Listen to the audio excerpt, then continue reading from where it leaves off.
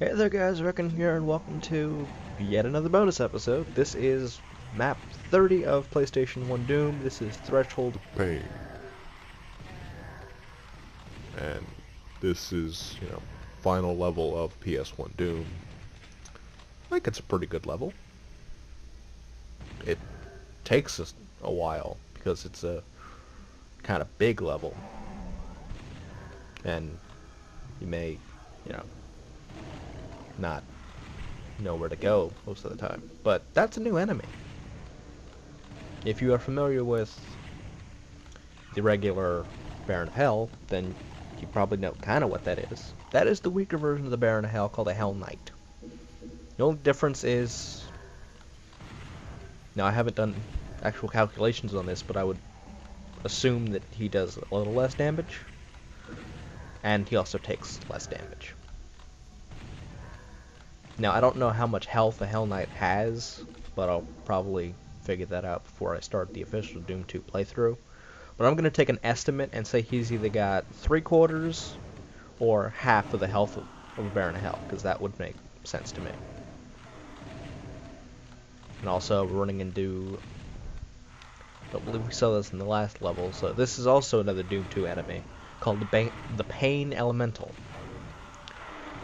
The entire point of a Pain Elemental, in case you haven't already picked up on it, is that it spawns lost souls, and when killed, explodes into lost souls. So, it's fun. And it's a pain, because on higher difficulties, lost souls are kind of a dangerous enemy. So, dealing with the thing that spawns those is not exactly fun. And in Brutal Doom, when they explode and send out lost souls, that explosion, if I'm not mistaken, hurts you. So, yeah. Brutal Doom just loves hurting you. If that wasn't already evidenced by the fact that I kept killing myself with the BFG. Because in normal Doom playing, if you're going to be using the BFG, it is recommended that, let's say for, in Ultimate Doom terms, the level Dis, where the boss fight is a Spider Mastermind. You can kill the Spider Mastermind with one shot of the BFG if you run right up to it and shoot it with the BFG. So that would kill it in one hit. You can't do that in Brutal Doom, because obviously if you run up and just point blank something with a BFG, you're going to hurt yourself as well. As it turns out, I was playing a little bit of Brutal Doom a couple days ago with a shitload of health just to test something. And apparently, I forget if this was with armor or without armor, a point blank BFG explosion does about 400 damage to you. Meaning that going point blank on something with a BFG is something that you never want to do because it will kill you. Just flat out, it will kill you. So now I know, and knowing is half the battle, G.I. Joe. So, that's kind of a large difference between regular Doom BFG strategies and now new Brutal Doom BFG strategies.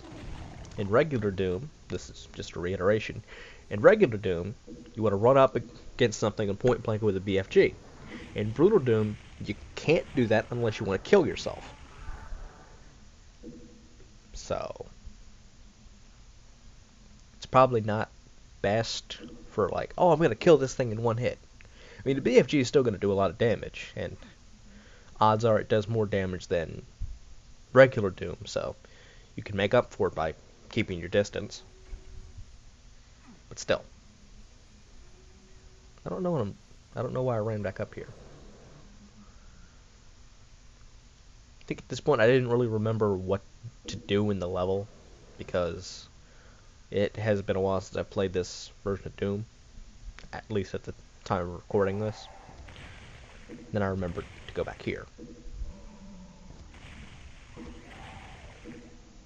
These are the things that you never really forget. Play this level a couple of times and you just never forget it. Because it has been a while since I played this. Just because I've had BFG edition. Anytime I want to play Doom, I can just play it on my PS3. And then I've also got like 2. I've got the little expansion for 2. I've got all of 3, which apparently, according to everybody who talks about it, was a shit game, which it wasn't. You know, it's not Doom 1 and 2, I will agree with that, but it's not a bad game in any stretch of the imagination. And if you think that it's a bad game in any stretch of the imagination, I just have to wonder why you think that.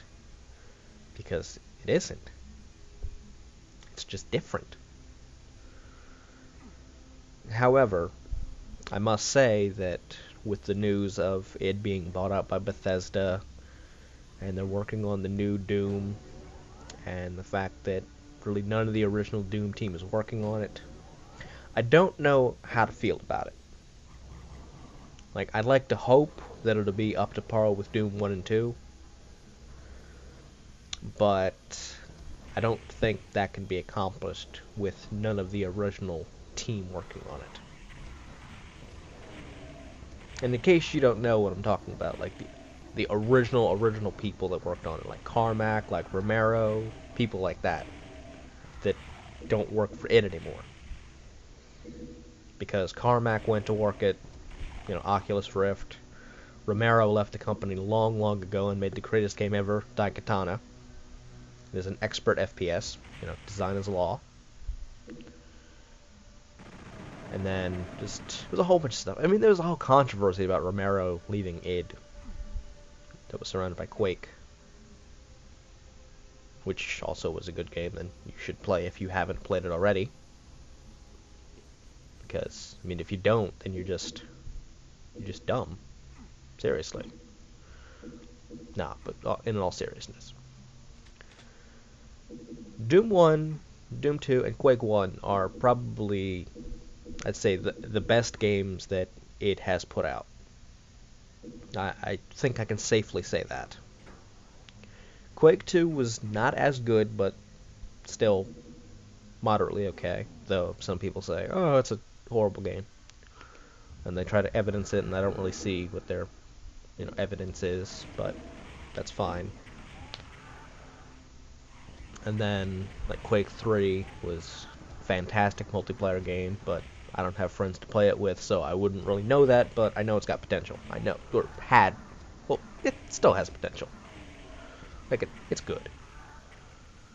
And then there was Unreal and everything, but let's not get into that. So then, Doom 3 rolls around, and everybody's like, nah. And then Quake 4 rolls around, and everybody's like, nah. Which, of the two, I think Quake 4 is a little bit better, but probably because all the futuristic stuff, and there's the dark matter gun, and just various different things. I might cover that on my channel at some point, if I can figure out how to record it properly. So, it probably won't happen. But I could try. Doom 3 at least I can handle because I've got now a console version of it. Otherwise I'd have to have, the Xbox 360, because God forbid they release on PS3 or something. But still, that was a Megasphere. It's a power-up that's in Doom 2. Gives you 200% health and armor, just in case you were wondering about that, because that's not supposed to be here, but crossover, whatever. What was I getting on to? And then, since we're already derailed this much, might as well keep it derailed.